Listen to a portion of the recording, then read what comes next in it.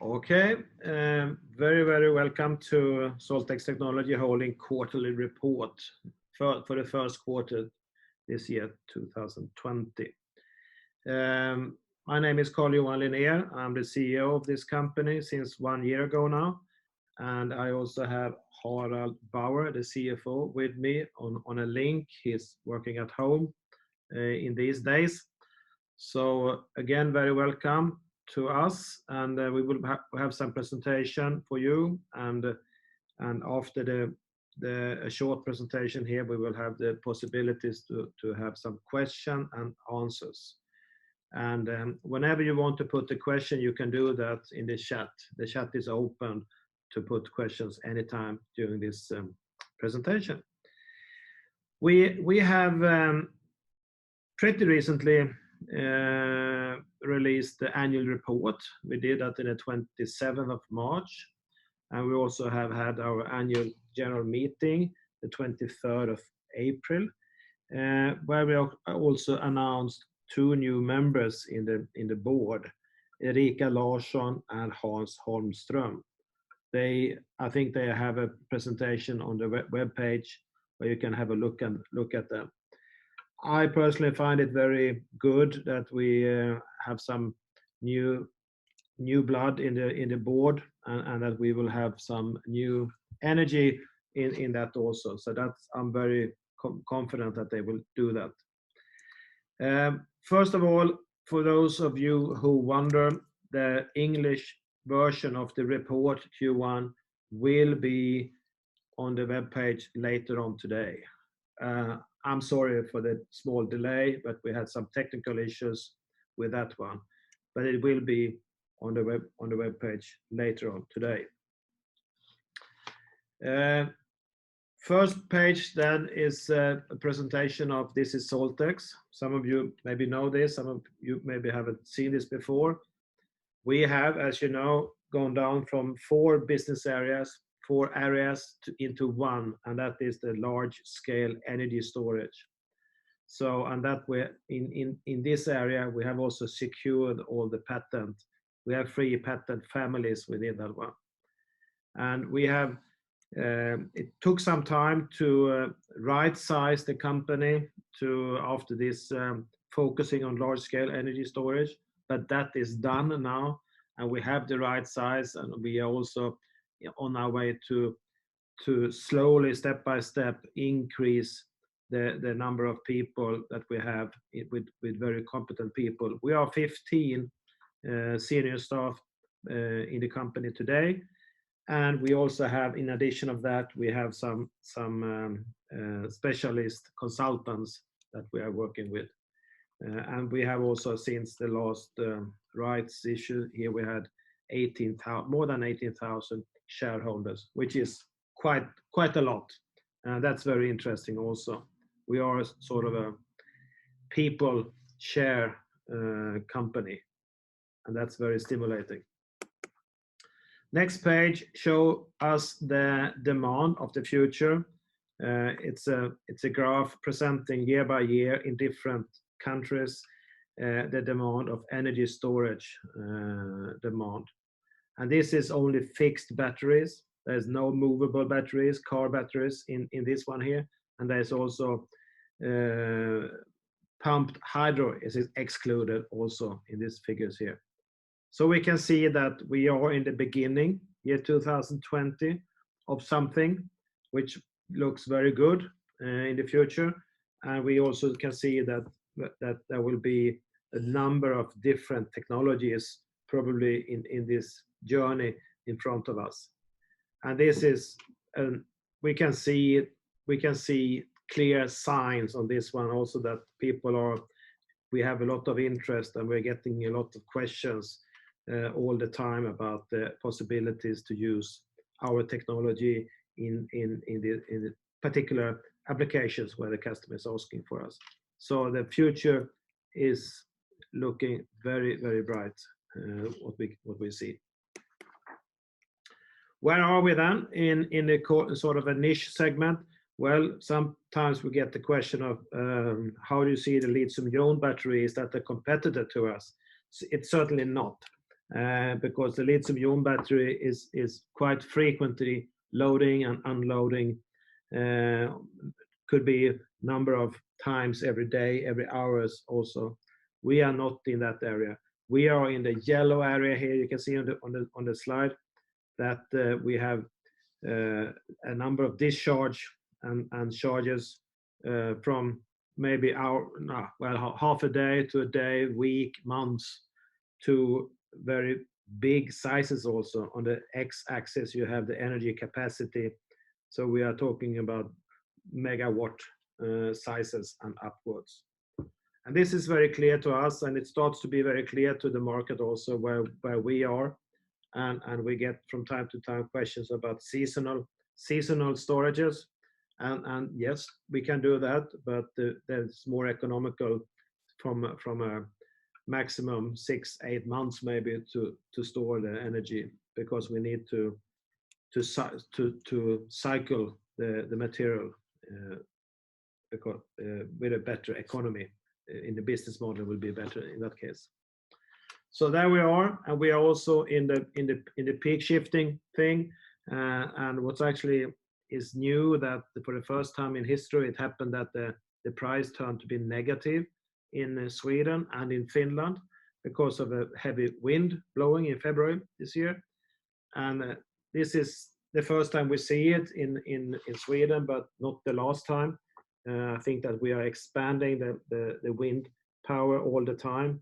Maybe not the latest time now, but certainly it's a big increase. And the more renewable energy we will get on the market, the more need of energy storages it will become.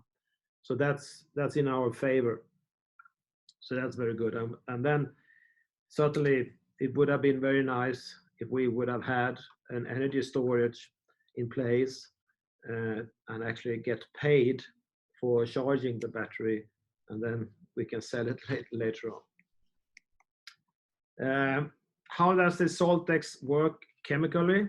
We are talking about calcium oxide together with H2O, which is water, and that creates calcium hydroxide. And it's, if you look on the next page, you see that when we are charging the calcium hydroxide, it will be a charged salt, calcium oxide.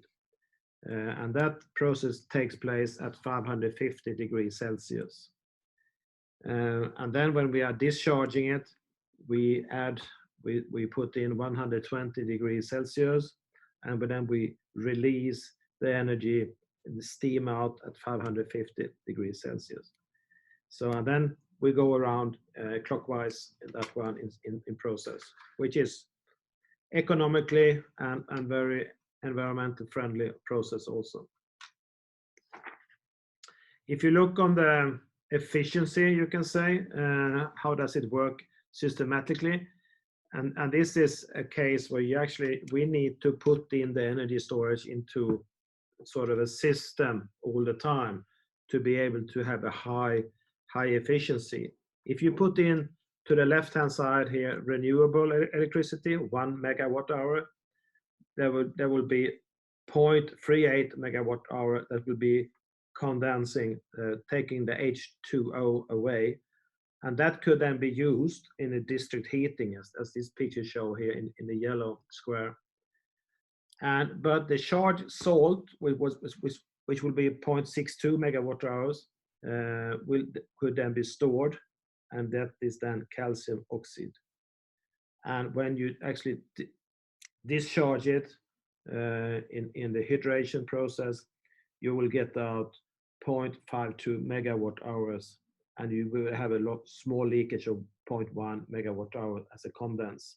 So all in all, you put in 1 megawatt hour renewable electricity, and you get out 0.52 plus 0.42, which is 0.94 megawatt hour, which is a very, very good efficiency in this case.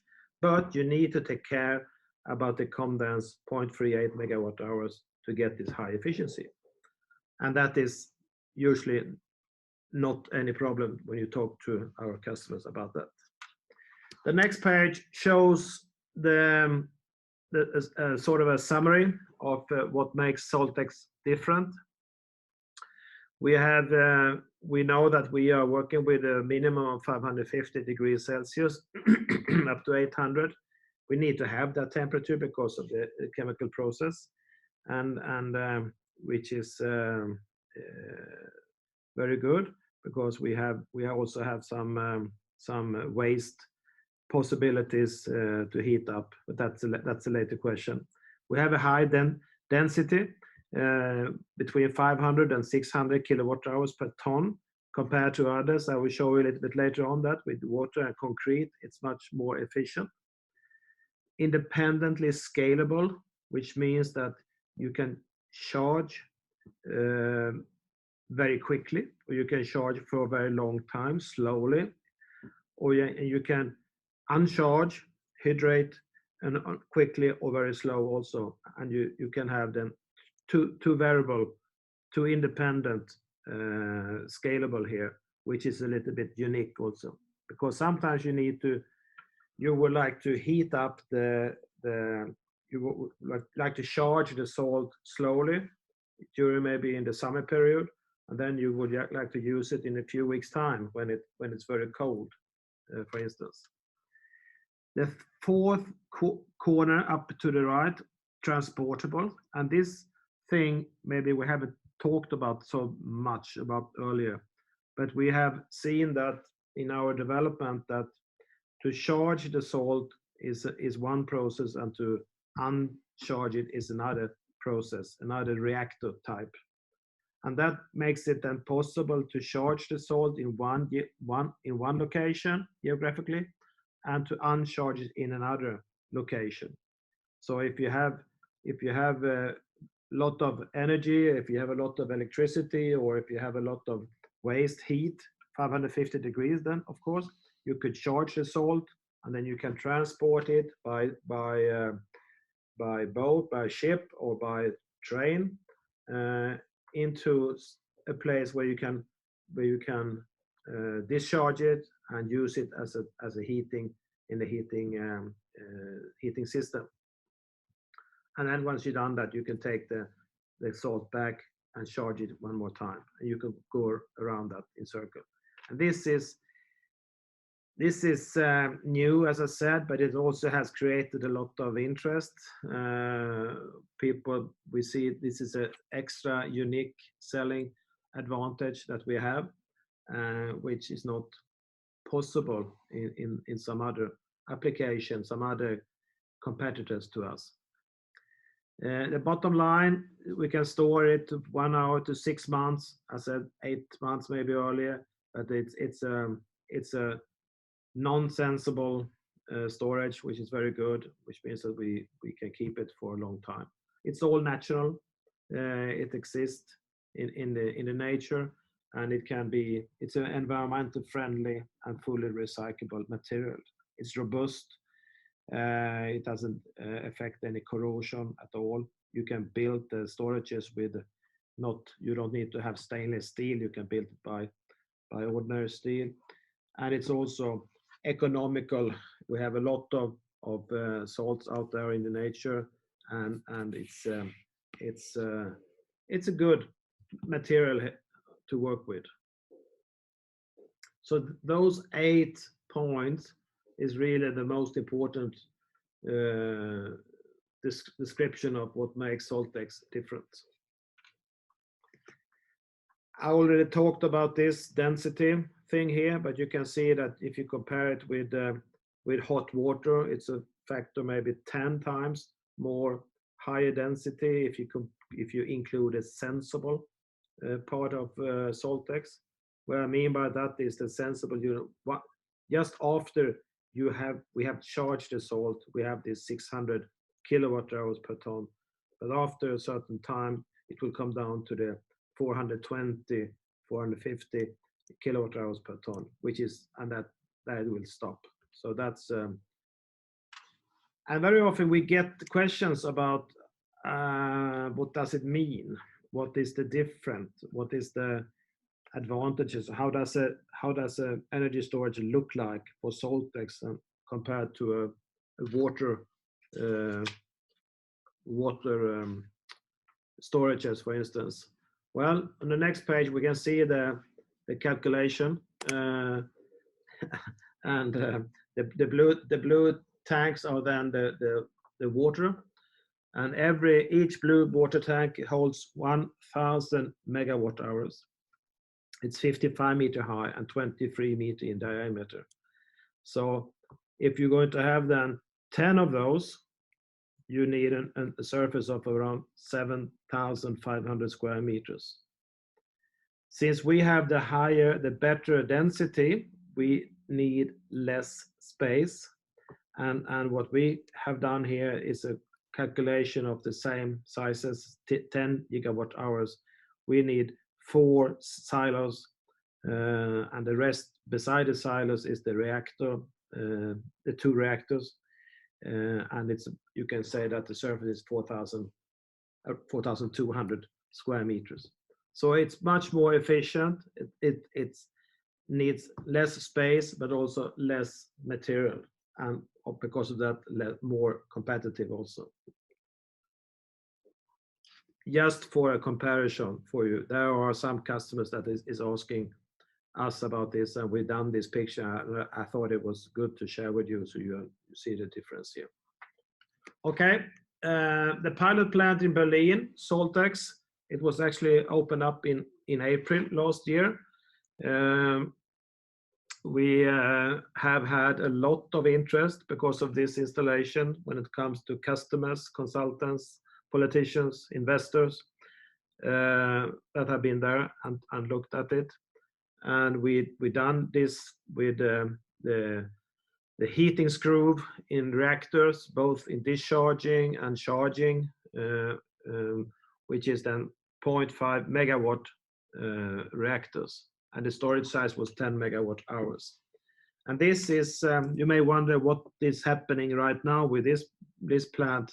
Well, it's still there. It's still, and we have plans to actually replace the hydration reactor with a fluidized bed, but we have not got the final okay from the energy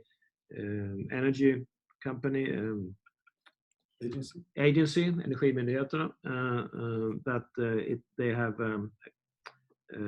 said okay to this application for fundings, and we are in discussion with Vattenfall about it also. But we hope to give you some more information later on this year about this. We had a system efficiency of 85%, which is very good, and a heating transfer coefficient of 20-30 watt per square meter Kelvin. What does that mean? It does mean that we need quite a lot of number of square meters to transfer the heat. And that brings us into the next picture, showing that the reactor cost and the heating transfer coefficient, the reactor cost will go down and the heating transfer coefficient will go up with the fluidized bed solution. The third column, as you can see, it's almost a factor of 10 more efficient, which means that we need less material, we need less space again, and it's going to be more optimized.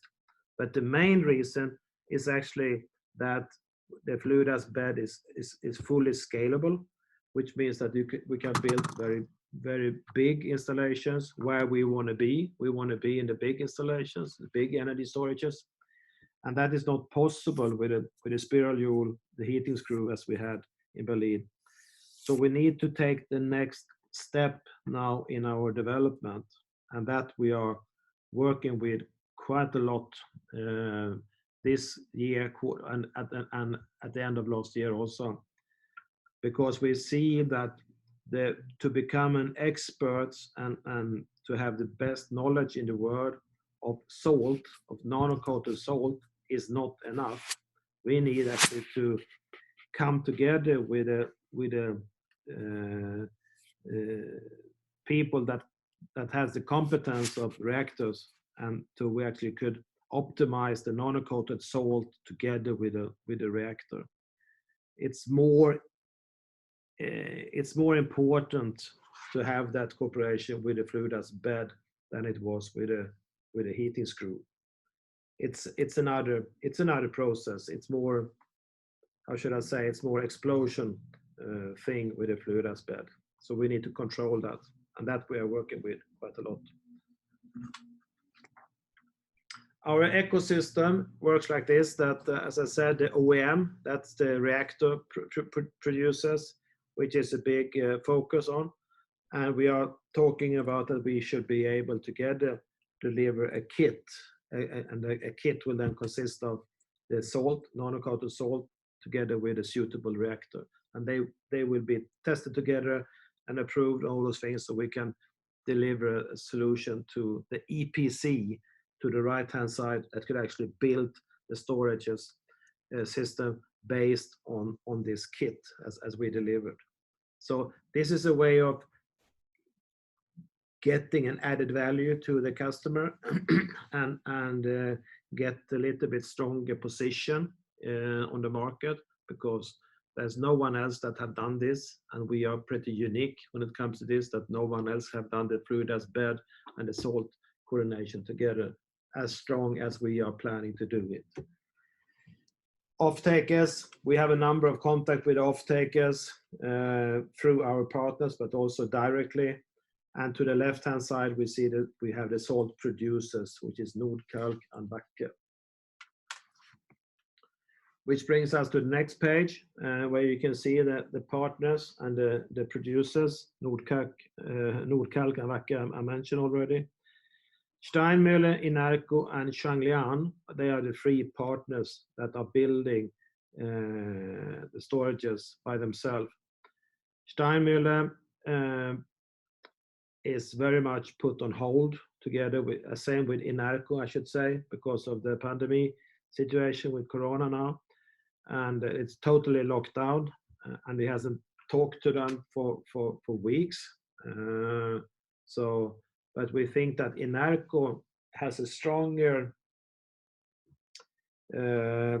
drive than Steinmüller to come to a solution, because Inerco is really eager to replace the former business area, which was coal factories they produce.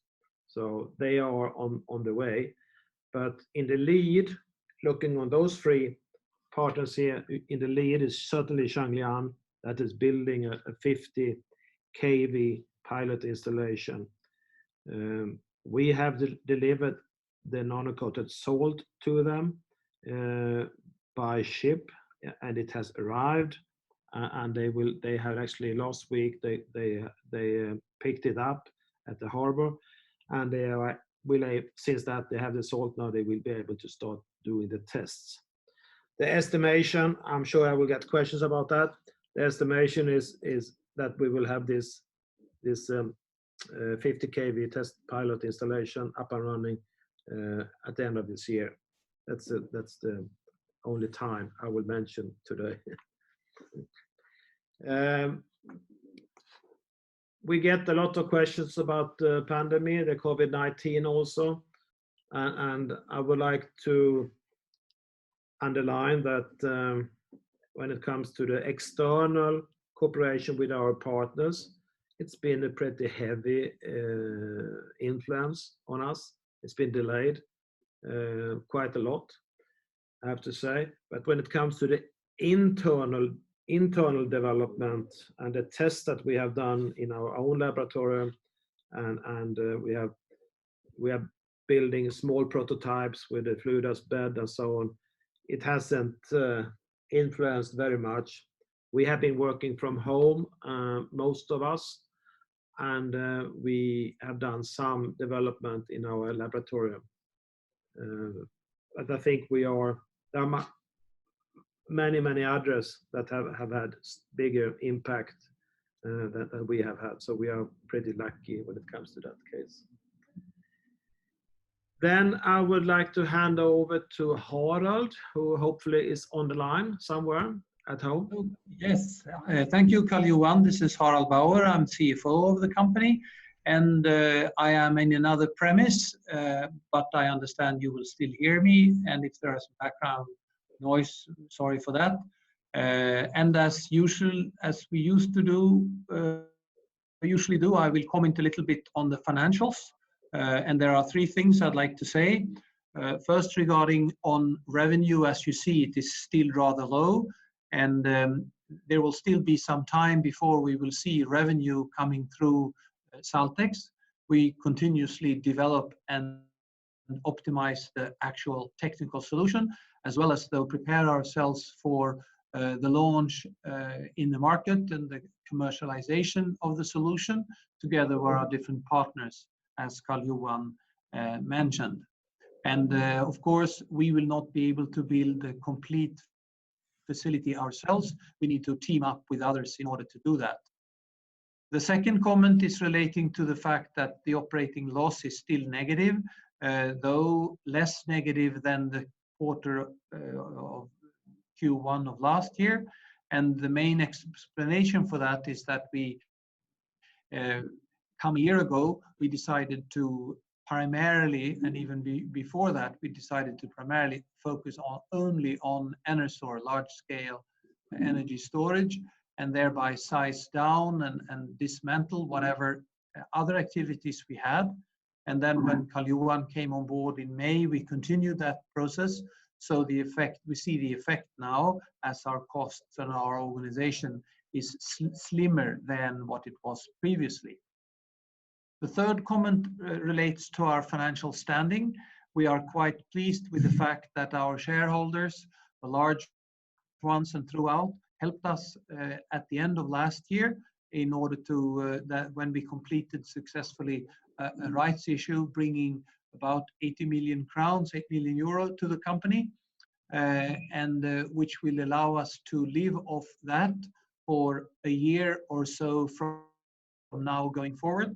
That together with funds that we are receive and we continue to apply from the State Energy Agency and other public funding, as well as the fact, as I mentioned initially, when we then drive our projects, we would like to do that with partners, as explained, and thereby we will cover our own costs and the partners will cover their costs, seeing a mutual interest in whatever we develop.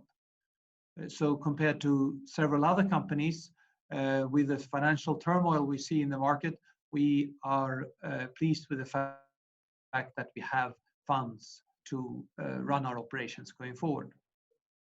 That completes what I had to say. Thank you.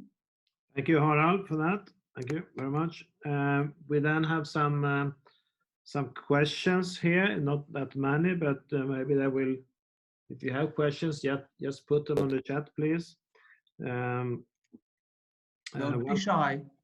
I have a question here. How is the project with Vattenfall going? I think I mentioned that quite a lot.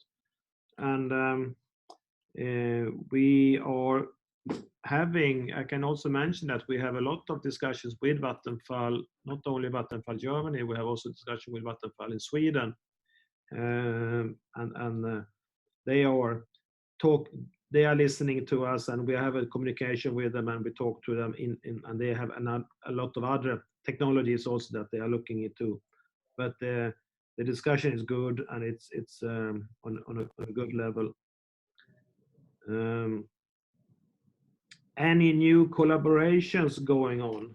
It's another question we got from the last session we had in Swedish here, and we have said that we will focus on the three partners, absolutely, but we also feel that the speed is not the highest. Maybe we need to take some initiatives by ourselves also, and therefore we have a lot of well, not a lot of, but we have quite many, as a matter of fact, discussion with the industry and some utilities, which is, I think it's very good, especially when we are talking about to get a step forward with the kit, as I mentioned, that we will be the supplier of the reactor plus the salt. And then we need to be closer to the customer to understand them and to see what, and also clearly offer all the advantages. So we have a number of interesting collaborations going on, And one of the questions I got from Jim here is that, do you expect to sell any energy storage in Sweden? It's a bit early to say, Jim. It could be possible, yes.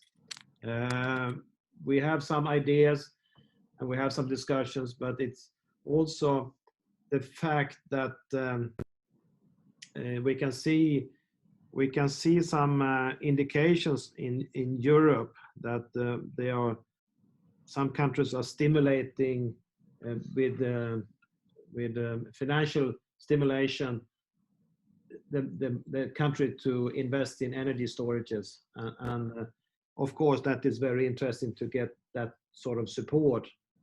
And Holland is one of those countries, for instance, but it's too early. We are looking at it at the moment, but we need to.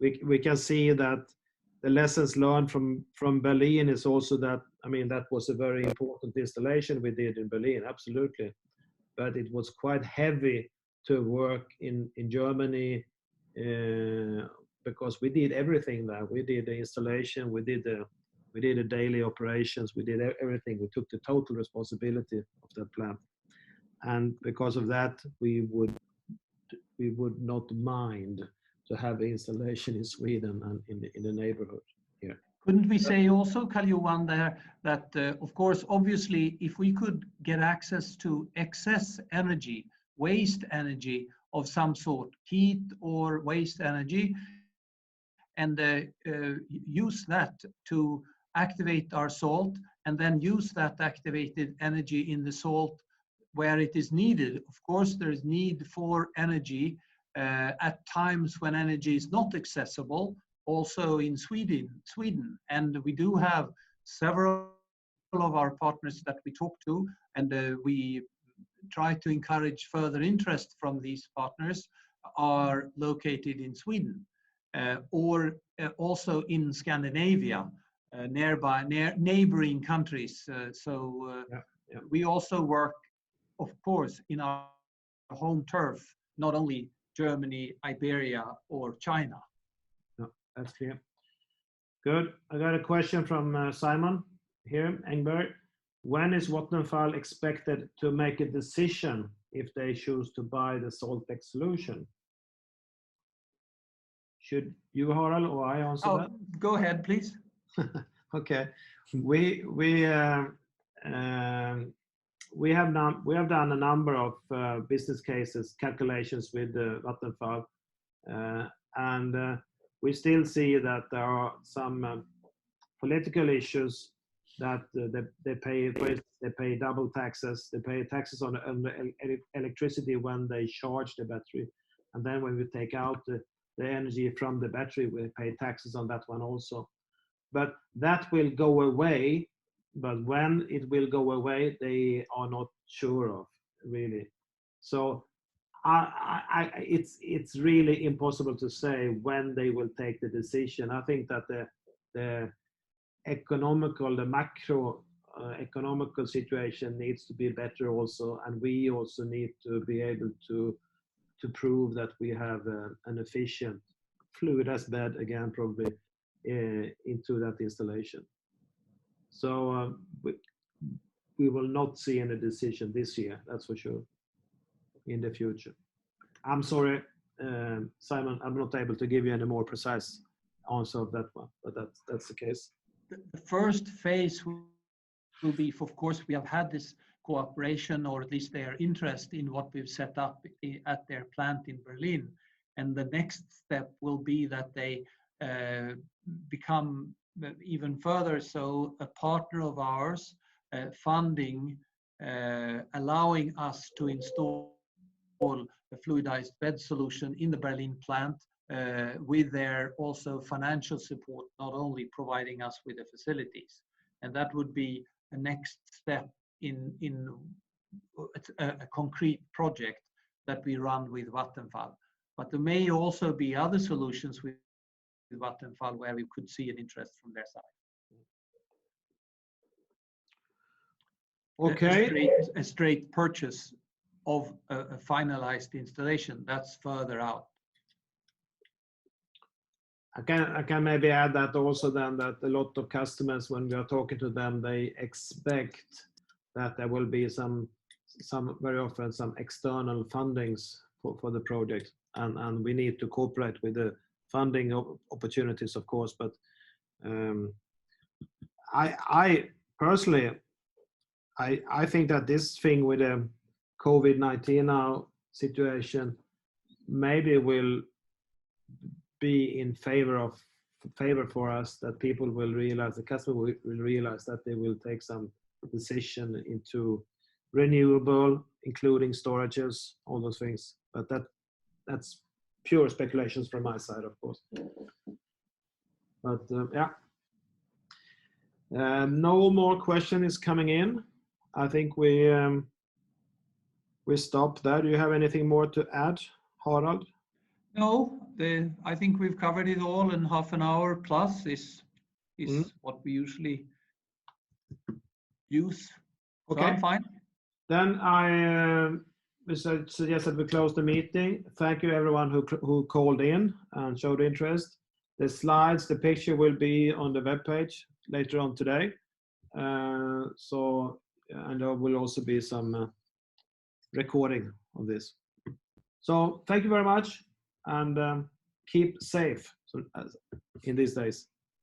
Thank you.